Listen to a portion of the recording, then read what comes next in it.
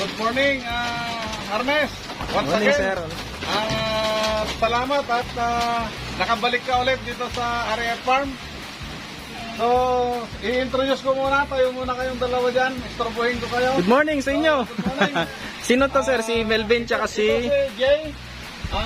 Si Jay. Tapos si Melvin. Silang dalawa yung in charge sa paggagatas. So, makita nyo, itong lagayang ito yung pinupuno nila. No? Nasa ilang Gatas. liters to, sir? Yung Nasa lagayan. 20 liters. 20 liters, Ah. kanyan? Dami rin, So, ah. kung maraming nagsianak, kayang punuin ito. Mm, So, sa ngayon, no, ongoing yung kanilang pag-extract. Makikita natin yung proseso. Pinupunasan muna. So, yun, pinupunasan muna ni Jay ng basahan yung adder ng kambing. So, yun, pagkatapos niyang punasan ng basa, pupunasan niya ng tuyo na basahan. So, yun, and then, patutuloyin muna niya. yung pinakaunang gatas, sir. Patutuloyin muna, tapos, yun na. So, ganyan yung proseso ng paggagatas. No? So,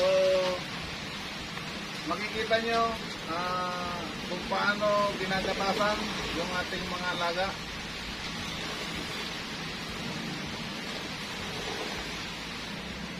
Sa isang inahin, sir, nasa ilang litro ang makukuha dito? Depende kasi kung yung mga purebred nasa mahigit 1 litro pagka purebred. Pero kung itong kinukuhanan nila ngayon, ano yun, F4 ba yan? Yes, sir. F4 siya, upgraded, no? So upgraded siya na F4. Makikita nyo dun sa in-extract nila. So siguro yung ang isang F4 ay makukuhanan natin ng 700 ml. Dami na rin. Marami. Upgraded lang yan, upgraded. What if pure pa? Di mas marami na, Pagka sir. pure, mas marami pagka pure. Oh. So sa mga upgraded, ito naman yung maganda, no? Kahit upgraded lang yung kambing mo, pwede mo rin siyang mapakinabangan sa gatas, no? Pwedeng meron kang upgraded, meron kang pure, gagatasan mo parehos namang gumagatas. Then ipapakita ngayon ni Jay, pagkatapos niyang gatasan, yung iodine, lalagyan ng iodine yung tips ng alaga para hindi pasukan ng bakterya. Okay. So yan yung purpose natin, no? So after sir. After Okay. nilang magatasan, no? Mm. Okay, so yan, manghuhuli na naman sila. Ito naman, F3 lang yan. Yung gagatasan nila, F3. So, kung titignan mo yung pupunasan ulit, the same procedure. Same procedure, pupunasan nila ng basang pamunas, basahan para malinis. Kailangan malinis yung pag-extract ng gatas, no? Pupunasan natin ng tuyo.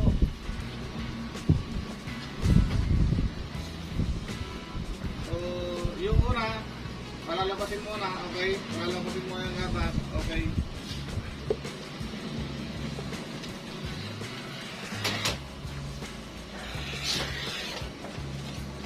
So, makita nyo, F3 lang siya, pero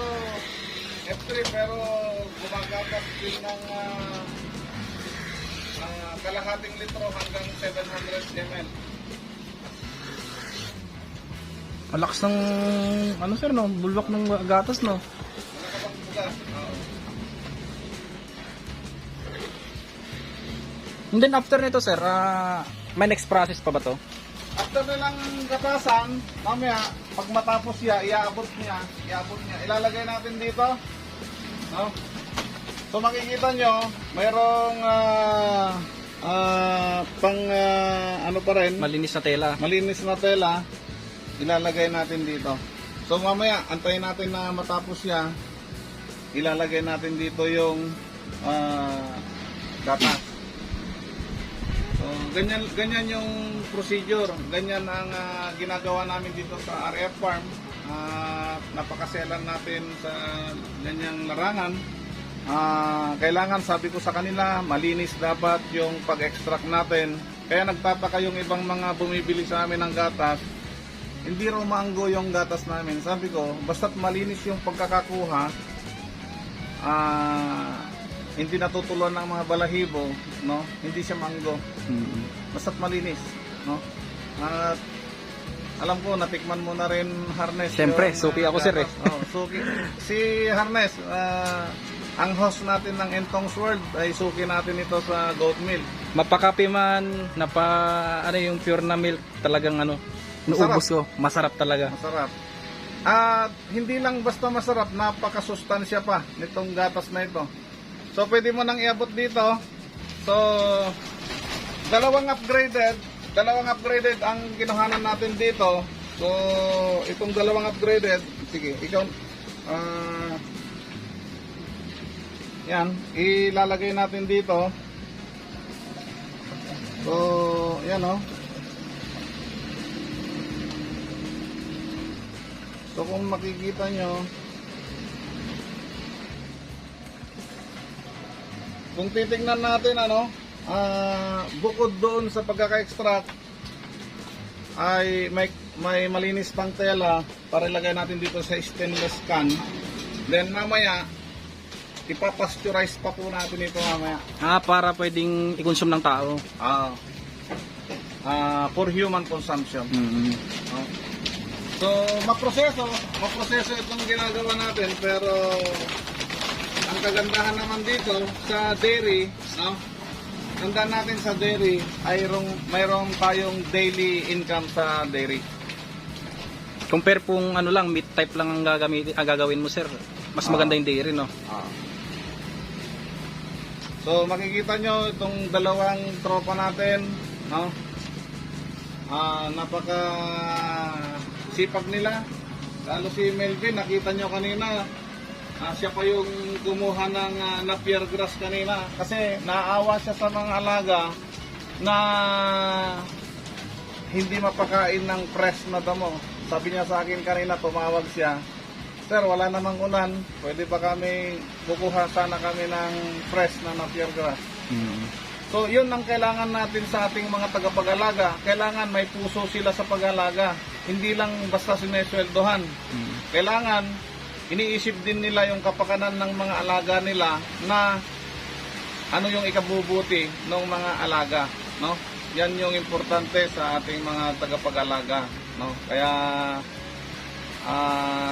ang advice ko sa mga nanonood, kung tayo ay mag-engage sa larangan ng pagkakambing, importante yung makuha nating tagapag-alaga may puso, yung passion niya sa pag-aalaga. Kumbaga gustong-gusto niya yung ginagawa niya. Gusto niya, masaya siya sa ginagawa niya, at hindi lang basta sumesweldo lang siya, hindi. Masaya siya na ginagawa niya ito, then mayroon siyang malasakit doon sa hayop. At siyempre, may malasakit din siya sa management kasi sabi ko nga, pagka gumanda ang kita, masaganang kita, gaganda rin ang ating kabuhayan. Kumbaga, pati sila gaganda rin. So yun ang maganda dito sa ginagawa natin dito sa RF Farm. So ito, sir, yung iba dito, 50% napupunta sa mga bagong walay, sir, di ba? Oo. Mamaya, yung 50% yan, ipapainom natin doon sa mga bagong walay natin. Yung 50%, yun yung isi-save natin para meron tayong source of income sa dairy. Kumbaga may parte ka doon sa gatas ng May inahin. parte. Nakikiamot lang kami doon sa gatas ng goat kids. Kumbaga, supposed to be para sa kanya yun, pero nakikiamot kami. Kasi sobra-sobrang gatas ng ano, sir, no? Ng Anglo. Sobra naman. At ang maganda, sinusuklian naman namin, pinapalitan naman namin ng milk replacer. Meron tayong milk replacer na pamalit. So talagang maulan. Kanina tumila ng ulan, pero ngayon, ano na naman, lumakas na naman ang ulan. No? So, ganito lang talaga sa larangan ng farming. No? Mahirap pero masaya. Masaya. Masayang mahirap. Masarap humigop ng kape nito, Arnes. Ay, sakto yung gatas pala. Mamaya, pupunta tayo doon sa opisina at hihigop tayo ng mainit na gatas at kape.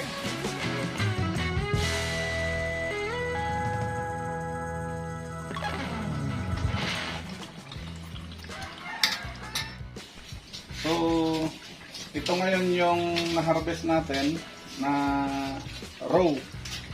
Hindi na natin ito pinasteurize, raw siya. Ito yung gagamitin natin para sa mga goat kids at sa mga nag-aalaga ng puppies, no? So, ayan, ganyan siya. Yun. Oh, wow! Ito na yung masarap na gatas. Ito yung ini-extract kanina. Pinasteurize na niya. So, yan si Jay. Oh, kape po tayo, kape. Pinasteurize niya. Sige. Okay. So, ngayon, magtitimpla tayo ng masarap na gatas, kape. Actually, dito na lang tayo. Simula kasi nung nag-pandemic, nauso na sa atin itong ganitong kapihan, no? Pero tuturuan ko kayo ng tamang pagtimpla nito. Sige, pakita natin Kasi ito, para malapitan. meron ito na-discover namin sa mga hindi masyadong magtitimpla tayo, no? Itong kaping puro, no? Gawa ng Nescafe, pero Baka naman, kasi Nescafe. ito ngayon, ito yung ilalagay natin sa dito. So, yung isang ganon niya, yun. Tapos, yun, no? Okay. So, ngayon, lalagyan natin siya ng konting tubig.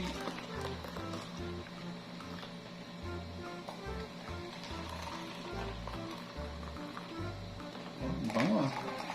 Parang brewed coffee, ano? Sakto, maulan. Tama, maulan yung pagbisita niyo, eksakto. So ngayon, meron tayong pang-stir dito.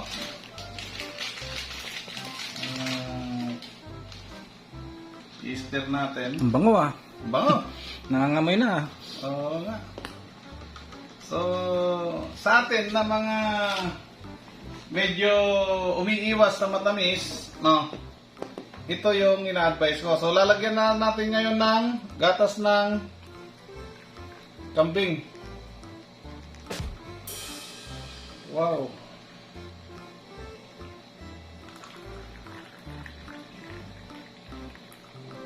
So, yun yung gatas ng kambing na inilagay natin, haluin natin, no? Wala nang sugar yun, sir. Pwedeng lagyan ng sugar sa kagaya nating mga...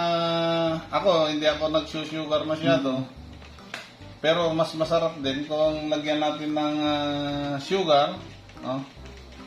So, tikman nyo muna na walang sugar. Yan. So, ito yung para sa'yo, Ernest. Ito yung para sa'yo, FF. FF. FF. Oo. FF. Tingin ka dito, F. No, kaibigan. Kapital. Ayan. Wow.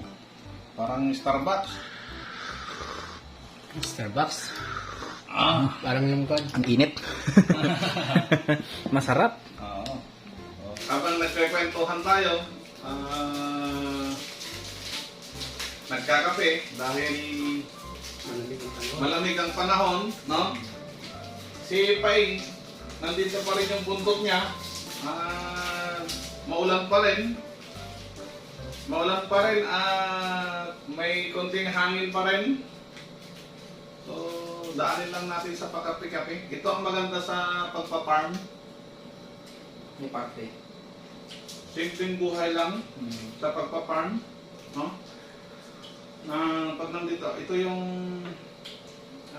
relaxation na place. Anti-stress kumbaga. Pag nandito ako sa farm, dito ako nagre-relax. Kape lang. Kape-kape.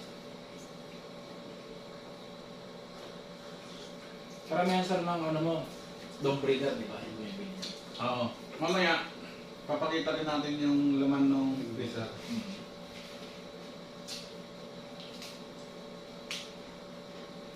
Actually, kanina nga, butit may bumili. May kumuha ng 14 na litro. Kinakabahan na ako kahapon kasi puno na yung freezer. So sabi ko dito sa mga bata ko, kung mapupuno yung freezer, maglalabas tayo ng bagong freezer. So may bumili.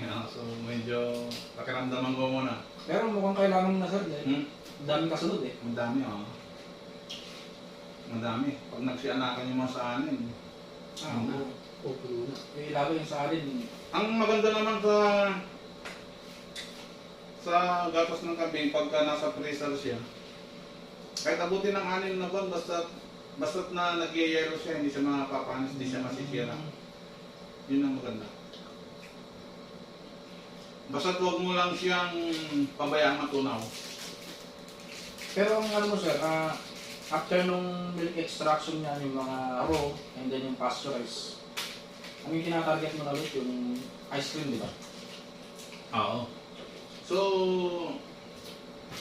ang next project ko na gusto kong gawin, makapaggawa kami ng ice cream na gawa sa goat milk. So, yun yung gusto kong ipatikim yan sa inyo pagka dumating na tayo sa ganong punto. Ngayon, coffee with goat milk muna, no? Simpleng buhay lang dito sa farm. Actually, kung kinakain natin, pang survival namin ito nung sundalo ako. Pag may skyflex ka sa backpack mo at may sardinas o may corned beef ka, buhay ka na sa kabundukan. No? Kaya dala-dala ko pa rin hanggang ngayon. Wala nang lutuan yun sir. Wala nang lutuan. Ganun ang buhay ng sundalo. Kaya kahit na retirado na ako, hindi nawawala yung biskuit sa akin na pagka kung magmerienda, magkape, okay na. Higop ka lang mainit na kape. Sarap nga eh. Saka iba yung lasa ng gatas ng yung fresh talaga. Compare mo yung mga nabibili sa market. Wala siyang manggo, ano? Wala. Hindi siya manggo. Kung napansin ko dyan sir, meron kasing tayo nagbumili ako, may natira ng konti. Eh, gusto ko sana bumili. Hindi ko siya nailagay sa rep. Ang napansin ko, sobrang dami niyang oil talaga. Ibig sabihin, ganun kasustansyang goat's milk talaga. Omega 3 ba yun? Parang alam ko, omega 3 yun. Alam, hindi ko masyadong sa gatas, pero napansin ko rin yan sa bahay. Kasi nag-uwi ako ng pangkape namin doon. Kinunaw ko, nilagay ko sa rep. Nung gagamitin ko na siya ulit, ganun nga. Pero masarap pa rin. Pero mas the best, ito, yung pinipisil-pisil kanina na pinapanood natin, ito, pinasteurize lang siya, pinainit lang siya. Kaka-harvest. 70 degrees Celsius. Okay na. Yun na yung iimin natin ng fresh. Everyday kang ganyan sir? Ha? Everyday. Libre ng gatas eh no? Itong maganda sa pag goat racer, pagka napasukan mo na yung gatas, nagdiri ka na, libre na yung gatas sa bahay. Yung anak ko, kaya niyang ubusin maghapon 1 litro. Oh? Pinipigilan ko lang.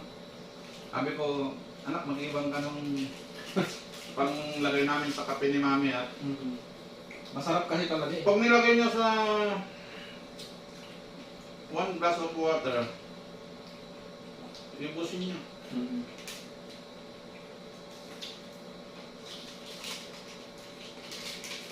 Saka may ano, sir, napansin ko nung ininom ako, may lasa siya nakakaiba eh. Talagang malayo sa mga ano, yung nabibil na fresh meat din sa bayan. Ito yung ano niya. Saka creamy, sobrang creamy niya. Actually, pag nagro-grocery kami ni Mrs., tinitignan ko yung mga fresh milk na sinasabi nila. Nagtataka ako, fresh milk ka nila, pero nakalagay siya sa packaging na karton. Ngayon, hindi naman siya naka-freezer. Sabi ko, bakit hindi Hindi napapanis? napapanis. Malamang, may preservative yun. No? May preservative siya. Hindi siya puro. May nilalagay sila. Ito, mapapanis siya pagka hindi mo siya Ilagay sa freezer. Oo. Kasi wala tayong nilagay. Wala tayong preservative ito. So kumbaga, kung ano yung galing dun sa hayop, ito na siya. Ito na siya mismo. Wala tayong ibang nilagay na additional preservative. Dagdagan pa natin. Masarap eh. Umalo pa na. Sika. Umalo.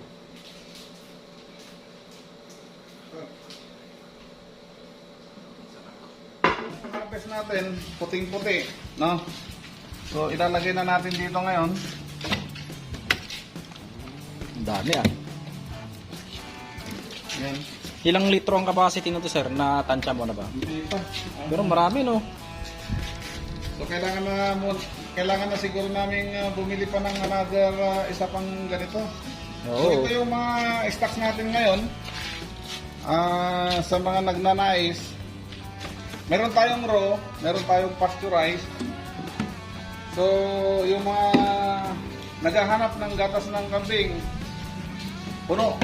Marami tayong available ngayon. So yung iba na na-extract na gatas, i-share natin sa mga anak. Sir, magkano nga ulit yung presyo? 150 yung isang litro, yung 330 ml, 50 pesos. Yun, dito lang, Roger Austria Farm, Bentinilla, Panikita lang. Yung mga bagong lumalabas ngayon dito, hindi mo pwedeng bubulihin mo eh. Kaya Agaw nila ng gatas. at least yun, medyo halos magkakabat.